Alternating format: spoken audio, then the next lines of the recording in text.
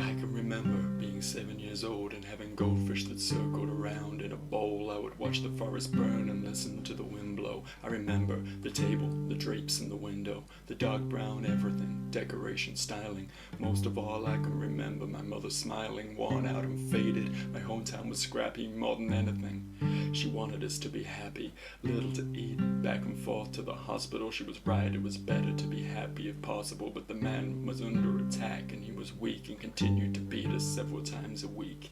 He lived like a king, even though we were piss poor. I tried to be strong and careful what I wished for. My outside ached, my inside stung from the long leather belt that had replaced his tongue. Not knowing how to run or how to hit the brakes, a white picket fence was built around a pit of snakes, both a wonder and frightening. The thunder and lightning, these were the sounds and the sights of 1,000 fights. My mother, the poor fish, staging eternal charades and parades for the raging inferno, wanting to be happy, beaten all the while and asking me always, why don't you ever smile? And she'd show me how to do it. The mother and wife, it was the saddest smile I ever saw in my life. It hurt worse than death, but for her sake I tried, and one day all of those goldfish died. Hurricane fire, out of control, eyes open, floating on the water in the bowl. And father came home, he walked through the door and he threw those fish to the cat on the kitchen floor, and the wind died too.